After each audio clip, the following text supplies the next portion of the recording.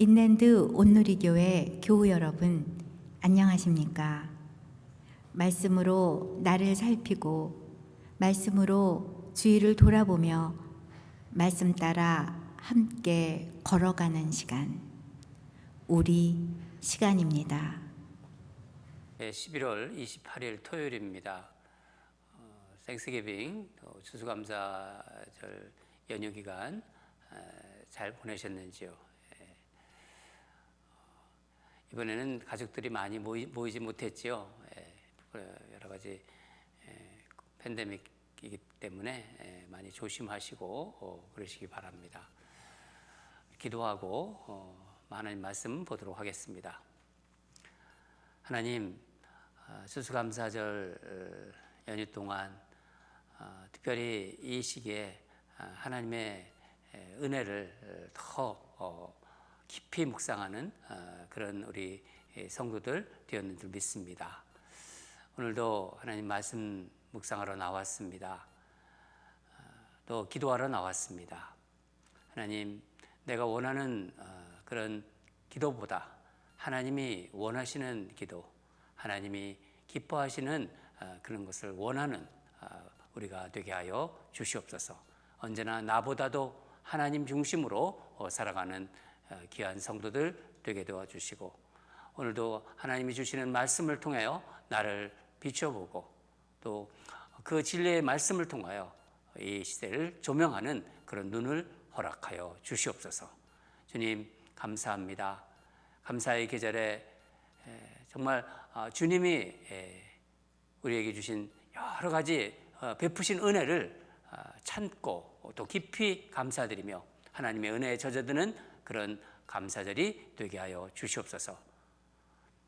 부족한 종을 십자가 뒤에 숨겨주시고 오직 주님의 말씀만 전할 수 있도록 성령님 붙잡아 주시옵소서. 감사드리며 예수님 이름으로 기도합니다. 아멘. 말씀 보도록 하겠습니다. 생명의 삶 11월 28일자 말씀입니다. 토요일자 말씀입니다. 다니엘서 5장 24절에서 6장 2절 말씀입니다. 다 같이 읽겠습니다. 시작. 이러므로 그의 앞에서 이 손가락이 나와서 이 글을 기록하였나이다. 기록된 글자는 이것이니 곧 메네 데겔 우바르시니라. 그 글을 해석하건대 메네는 하나님이 이미 왕의 나라의 시대를 세워서 그것을 끝나게 하셨다 하며, 데겔은 왕을 저울에 달아보니 부족함이 보였다 하며, 베레스는 왕의 나라가 나뉘어서 메대와 바사 사람에게 준 바 되었다 함이니이다 하니, 이에 벨사살이 명하여 그들이 다니엘에게 자주색 옷을 입히게 하며 금사슬을 그의 목에 걸어주고 그를 위하여 조서를 내려 나라의 셋째 통치자로 삼으니라. 그날 밤에 갈대아 왕 벨사살이 죽임을 당하였고 메대 사람 다리오가 나라를 얻었는데 그때 다리오는 62세였더라. 다리오가 자기의 뜻대로 고관 120명을 세워 전국을 통치하게 하고 또 그들 위에 총리 셋을 두었으니 다니엘이 그 중에 하나이라. 이는 고관들로 총리에게 자기의 직무를 보고하게 하여 왕에게 손해가 없게 하려 함이었더라. 아멘. 네, 오늘 말씀 제목은 저울을 가지고 계신 하나님입니다. 저울을 가지고 계신 하나님. 이 말씀 제목 생각하시면서 하나님 말씀 묵상하도록 하겠습니다. 여러분, 이 벨사살 왕은 두려움이 참 많았던 왕입니다. 그래서 그의 인생의 말년이 참 비참했어요. 우리가 5장 오늘 마지막까지 봤는데 6장 첫 부분하고 5장 1절을 보면은 이제 귀족 1000명을 이제 불러가지고 왕국에서 큰 잔치를 배설하지 않습니까? 예. 그러면서 등장해요. 근데 그의 종말, 오늘 5장 그 마지막 30절 부분을 보면은요, 비참하게 죽임을 당합니다. 그러니까 화려한 잔치도 자기가 가지고 있는 어떤 그 두려움, 그런 것을 감추기 위한 일종의 허세였던 것입니다. 여러분, 일반적으로 나라가 망할 때는요, 보통 막 흥청망청해요, 나라가. 그 막 잔치도 막 수시로 이렇게 배설이 되고 잔치가 일어난다는 거죠. 이 벨사살이 벌린 잔치, 정말 말이 1000명이지 그냥 쉽게 1000명이라고 말하지 정말 대단한 연회 아닙니까? 1000명이나 모이는 그런 잔치 연회였으니까. 그냥 흥청망청 마시고 노는 그런 술 잔치판입니다. 여러분, 로마도 망할 때 연일 이런 어떤 정말 나라는 지금 백성들은 도탄에 빠져 있는데 의정자들은 이런 잔치판을 벌였다고 합니다. 우리나라 신라 시대, 그러니까 신라 시대 그 백제가 멸망할 때 여러분 잘 알고 계시는 의자왕이 3000궁녀를 데리고 정말 주지육림의 잔치를 벌였다고 기록에 나와 있습니다. 오늘 보면은 영이 이제 막 무르익고 있는데 느닷없이 왕이 잘 볼 수 있는 그 앞부분, 그러니까 석회석 벽에 사람의 손가락이 나타나 이렇게 벽에다 글을 쓰고 있습니다. 한번 상상해 보세요. 얼마나 정말 소름 끼치는 장면입니까? 특히 두려움이 많았던 벨사살 왕은 정말 겁에 질려가지고 아마 제정신이 없었을 거예요. 올해는 이 전염병 팬데믹이기 때문에 작년 아마 그런 일은 그런 것은 없겠지만은 뭐 작년을 한번 생각하면서 작년에 추수감사절에 많은 사람들이 모인 곳에서 어떤 파티를 하는데 한번 상상해 본 것입니다.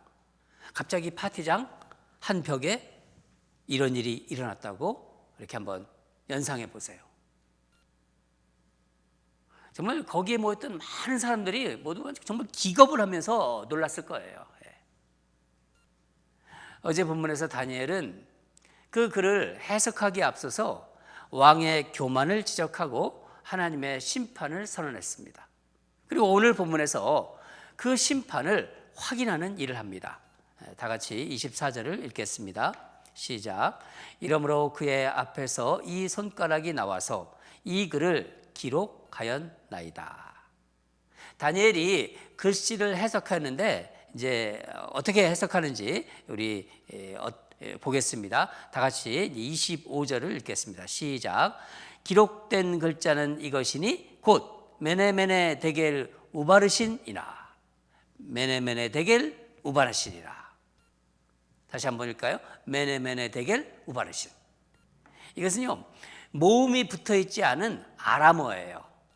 그러니까 아람어 자음으로 된 글씨인데 하나씩 이제 풀어서 보겠습니다. 메네라, 먼저 메네죠. 메네를 두 번 반복했는데 26절을 읽겠습니다. 26절 시작. 그 글을 해석하건대 메네는 하나님이 이미 왕의 나라의 시대를 세워서 그것을 끝나게 하셨다 하며, 하나님이 왕의 나라 시대를 카운트했다는 거예요. 세워가지고 끝나게 하셨다. 그러니까 시대 연대를 카운트했다, 세웠다 하는 그런 의미입니다. 다음을 보면은 데겔이라는 말이 나오죠. 데겔은 다 같이 27절을 읽겠습니다. 시작. 데겔은 왕을 저울에 달아보니 부족함이 보였다 하며, 저울에 이렇게 달아보니까 부족했다. 그러니까 저울로 무게를 재본 거예요. 그러니까 무게를 달다 하는 그런 의미입니다. 그 다음에 우바르시라는 말이 나오죠. 우라는 말은 여기서는 접속사고 이제 그리고 이런 뜻입니다. 바르신이 무엇입니까? 그러면 바르신, 우바르신에서 바르신. 그러니까 베레스, 그러니까 28절을 읽겠습니다. 28절. 베레스라고도 합니다. 베레스는 왕의 나라가 나뉘어져서 메대와 바사 사람에게 준 바 되었다 함이니이다. 그러니까 메네 데겔 베레스라고도 하고요, 메네 데겔 우바르신이라고도 이렇게 합니다. 네. 나라가 나뉘어져서 메대와 바사 사람에게 주었다. 그러니까 여기서 베레스 또 이 바르시라는 뜻은 나누어지다라는 뜻입니다. 하나님은 몇 개의 단어만 이렇게 벽에다 딱 쓰게 하셨어요. 그리고 다니엘이 이것을 해석하는 것입니다. 종합해 보면은 메대, 하나님이 연대를 카운트하셨다. 시대를 카운트하셨다는 거예요. 데겔, 무게를 달아보셨다. 통치자의 무게를 달아보는 거예요. 또 그 나라의 무게를 달아보는 것입니다. 바르신, 이 베레스는 나누셨다. 하나님께서 바벨론의 시대를 카운트하시고 벨사살의 무게를 재어보시고 나라를 메대와 바사로 나누셨다. 한마디로 무슨 뜻인가요? 바벨론이 멸망했다. 멸망한다는 그런 뜻입니다. 이것은 뭐를 알려주고 있냐면은 세상 나라의 흥망성쇠는 하나님의 손에서 결정된다는 것을 보여주고 있는 거예요. 그것을 알려주는 것입니다.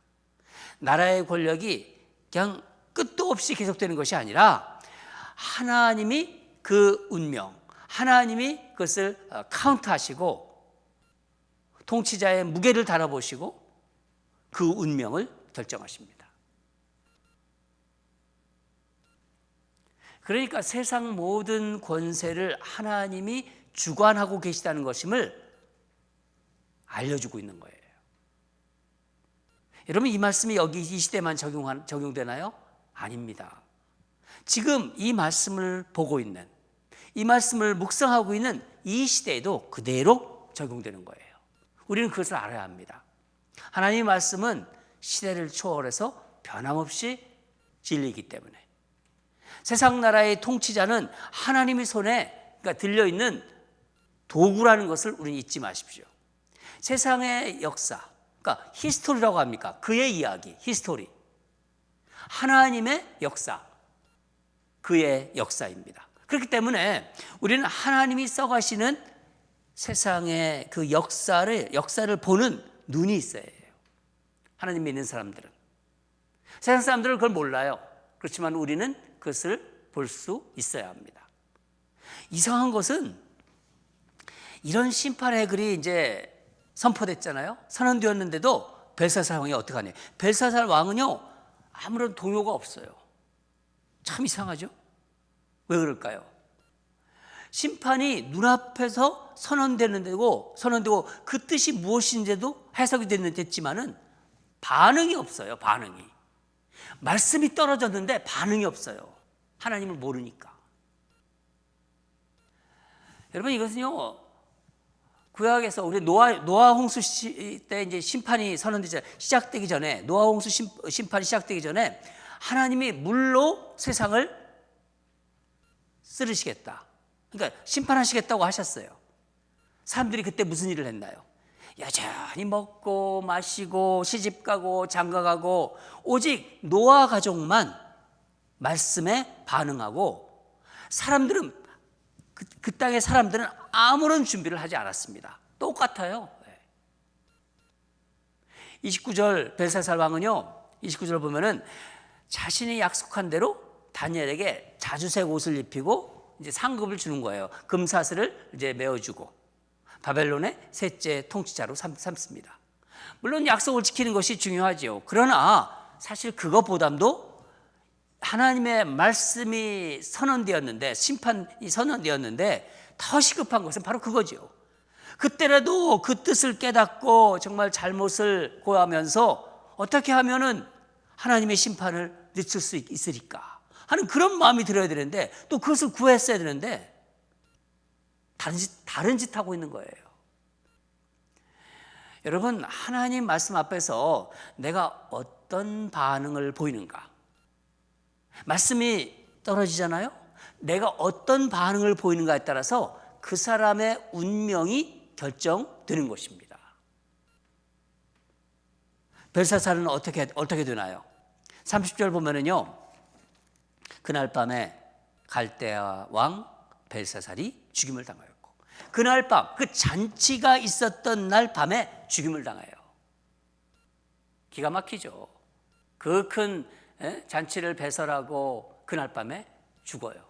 죽임을 당해요. 이게 사람의 어떻게 보면은 덧없는 인생일 수도 있어요. 하나님 모르는 사람들의. 사실 바벨론은요, 대단한 어떤 문화 문명의 집합소고요, 건축의 어떤 상징적인 장소였어요. 이 바벨론은 난공불락의 성을 가지고 있었습니다. 여러분 한번 인터넷에서 한번 바벨론 성 이렇게 한번 찾아보세요. 그래서 적이 공격하고 있는데도 정말 이 적이 공격하고 있었어요, 그날. 그런데도 정말 이해할 수 없게 그 성 안에서는 뭘 하고 있었죠? 엄청난 잔치를 벌이고 있었던 거예요. 잔치를 베풀고 있었던 거예요. 바벨론 성의 높이가 기록을 찾아보니까 한 30m 정도로 오르는데 굉장히 높죠. 두께는요, 성벽 두께가 7m.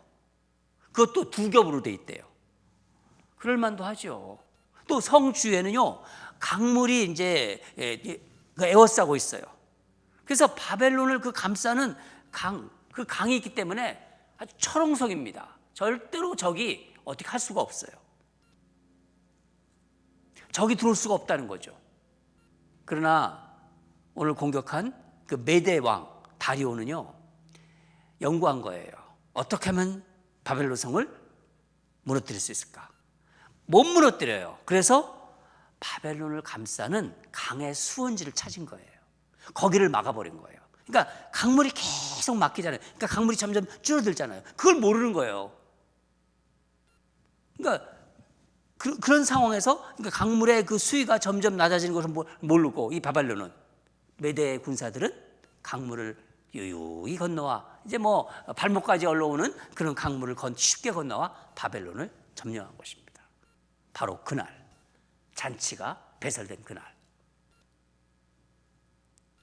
여러분, 세상을 상징하는 이 바벨론이 망하는 것은요, 이렇게 하루아침이에요. 하나님 그걸 보여주신 거예요. 하나님께서 이 세상을 심판을 하기를 선언하면요, 세상은 바로 무너집니다. 그것을 바벨론, 세상 아이콘이 바벨론입니다. 이제 우리가 주일날 이제 앞으로 계속해서 살펴볼 요한계시록에도 바벨론에 대해서 나옵니다. 세상이기 때문에 우리에게 보여줍니다. 여러분, 가정도 그래요. 또 일하는 일터, 회사도 그렇고 나라도 그렇고요, 교회도 마찬가지입니다. 저는 말씀을 준비하는 가운데 계속 성령께서 오늘 다니엘이 해석한 메네 데겔 우바르신, 이 말이 계속 그렇게 묵상됐어요. 메네 데겔 우바르신. 특별히 데겔이라는 말, 이 말을 깊이 묵상하게 했습니다. 하나님 성령께서 계속 그 데겔이라는 말을 묵상하도록 저를 그렇게 이끌으셨어요. 하나님은 우리가 몸무게 재잖아요. 몸무게를 다 달아보듯이 데겔가 달아본다. 하나님이 저울로 우리를 달아보고 계신다는 거예요. 말씀을 전하는 저를 달아보고 계시고, 말씀을 듣고 있는 여러분을 달아보고 계십니다. 우리의 마음과 생각이 어떤지를 하나님은 계속 하나님의 저울로 달아보고 계십니다. 말씀을 전하는 자가 바로 전하는지를 달아보시고, 여러분이 하나님 말씀을 잘 듣고 있는지, 아니면 들으면서 다른 생각을 하고 있는지, 어떤 태도로 말씀을 받고 있는지를, 어떻게 듣고 있는지를 계속 달아보고 계시다는 거예요. 성령님께서 그런 마음을 주셔요. 우리 가정도 그렇고요, 교회도, 이 땅의 교회들을 다 달아보고 계십니다. 나라도 달아보고 계세요. 미국도, 이 미국이라는 나라를 달아보고 계시고, 온 세상을 하나님의 저울로 달아보고 계십니다. 바벨론은 하나님이 그것을 보여주셨어요. 글씨로도 보여주셨는데 메대 시대를 카운트하고 계신 줄을 몰랐어요. 데겔, 교만한 마음을 달아보고 있음을 몰랐어요. 그들이 교만했는데 느부갓네살이 교만했고 벨사살이 더 교만했고 그 교만한 마음을 몰랐고 우바르신 나라가 나누어지고 있으면 메대와 바사로 나누어지고 있으면 이 베레스 그것을 몰랐던 것입니다. 우리가 잘 아는 기도의 여인 한나는 이런 고백을 했습니다. 사무엘상 2장 3절 마지막 부분에 이런 말이 나와요. 여호와는 지식의 하나님이시라. 행동을 달아보시느니라. 사랑하는 여러분, 하나님은 우리의 마음, 우리의 태도, 우리의 행동 모든 것을 하나님의 저울에 달아보고 계신다는 것을 잊지 마시기 바랍니다. 성령님이 우리에게 주신 말씀입니다. 지금도 말씀하고 계십니다. 너 자신을, 너의 가정을, 내가 일하는 직장을, 교회를 성령이 주시는 마음으로 달아보아라. 오늘 우리 성령님께서 우리에게 주시는 주님의 음성입니다. 너를 달아보아라. 너의 가정을 달아보아라. 네가 일하는 직장을 달아보아라. 너의 교회를 달아보아라. 이 미국을 달아보아라. 성령님께서 우리에게 주시는 말씀입니다. 사랑하는 여러분, 우리가 늘 하나님의 마음으로 하나님의 눈으로 우리를 달아보는 그런 은혜가 있기를 주님 이름으로 간절히 축원합니다. 기도하겠습니다. 사랑하는 하나님 아버지, 벽에 쓴 글을 다니엘이 해석하면서 그 심판이 선포됐음을 확인하였습니다. 메네메네 데겔 우바르신, 하나님은 단어를 말씀해 주셨고 다니엘은 그 뜻을 해석했습니다. 그 하나님의 말씀이, 심판의 말씀이 선포됐는데도 여전히 그것을 어떤 의미인지도 실감하지 못하는 벨사살, 그날 죽음을 당했습니다. 잔치를 열고 그 저녁에 죽음을 당했습니다. 그것이 덧없는 인생의 모습이라는 것을 성령께서 우리에게 알려주셨습니다. 하나님 아버지, 우리는 하나님을 믿는 하나님의 백성들입니다. 이 땅이 아무리 환난 중에 있고, 이 땅이 아무리 떵떵거리고 힘있다고 자랑하지만은 하나님이 심판하시면은 바로 심판받는 세상이라는 것을 오늘 말씀을 통해서 우리가 알게 되었습니다. 늘 우리 자신을 하나님께서 나를 달아보기 전에, 우리 교회를 달아보기 전에, 우리 가정을 달아보기 전에, 우리 직장을 달아보기 전에 내가 먼저 하나님의 눈으로, 하나님의 마음으로 성령의 조명하에 나를 달아보는, 우리를 달아보는 그런 은혜를 허락하여 주시옵소서. 그래서 겸비된 자로, 하나님의 말씀으로 준비되고 겸비된 자로 그렇게 살아가는 귀한 성도들 될 수 있도록 주여 역사하시고 인도하여 주시옵소서. 감사드리며 예수님 이름으로 기도합니다. 아멘. 계속해서 기도하겠습니다. 내 마음, 우리 안에 마음이 있잖아요. 그 마음이 참 중요해요. 마음, 생각. 내가 무슨 생각을 하면서 살아가는지, 내 마음이 정말 선한 마음인지, 정말 옥토 같은 마음인지, 아니면 삐뚤어져 있는 마음인지, 하나님 보기에 어떤 마음인지 그걸 알아야 됩니다. 내 행동이 주님 보시기에 어떠한지 그것을 우리는 성령의 눈으로 보게 하소서. 성령의 눈으로 달아보게 하소서. 체중을 재듯이 내가 달아볼 수 있어야 됩니다. 그래서 항상 겸손한 마음으로 나의 모든 것은 주님이 주신 것임을 고백하고, 주님이 내 삶을 주관하고 있음을 그렇게 선포하며 십자가의 은혜로, 예수 그리스도의 십자가의 은혜로 살아가게 하소서. 우리 그런 마음으로 하나님께 기도를 올려드리겠습니다. 첫 번째 기도 제목이요. 두 번째는 지난번에 한번 기도했는데 우리 김홍재 집사님 아버지 김윤팔 성도님 94세세요. 이제 한 20일 가까이 ICU에 그 병원에 계신데 어제 그저께 가서 기도해드리고 왔는데 많이 어렵고 힘드십니다. 이제 정말 어떤 마음으로 우리가 기도하냐면은 주의 은혜로 이 종을 덮어 주시옵소서. 주님이 정하신 시간에 편안하게 안식하게 하소서. 주님을 믿고 있는 종입니다. 하나님의 때에 하나님의 나라 정말 안식이 있게 하여 주시옵소서. 가족들에게 더 큰 믿음을 부어주시고 천국에 대한 소망으로 충만하게 하소서. 우리 김홍재 집사님 아버님 김윤팔 성도의 그 안식을 위해서 정말 하나님께서 하나님의 때에 하나님 나라로 받아주소서 하는 그런 마음으로 우리 감사히 너무 고통스러워요. 그게 계속해서 한 20일간 산소마스크 하면서 숨쉬는 모습을 보니까 그렇다고 그러시더라고요. 그래서 이런 기도를 하나님께 우리 간절히 기도로 올려드리겠습니다. 다 같이 기도하겠습니다.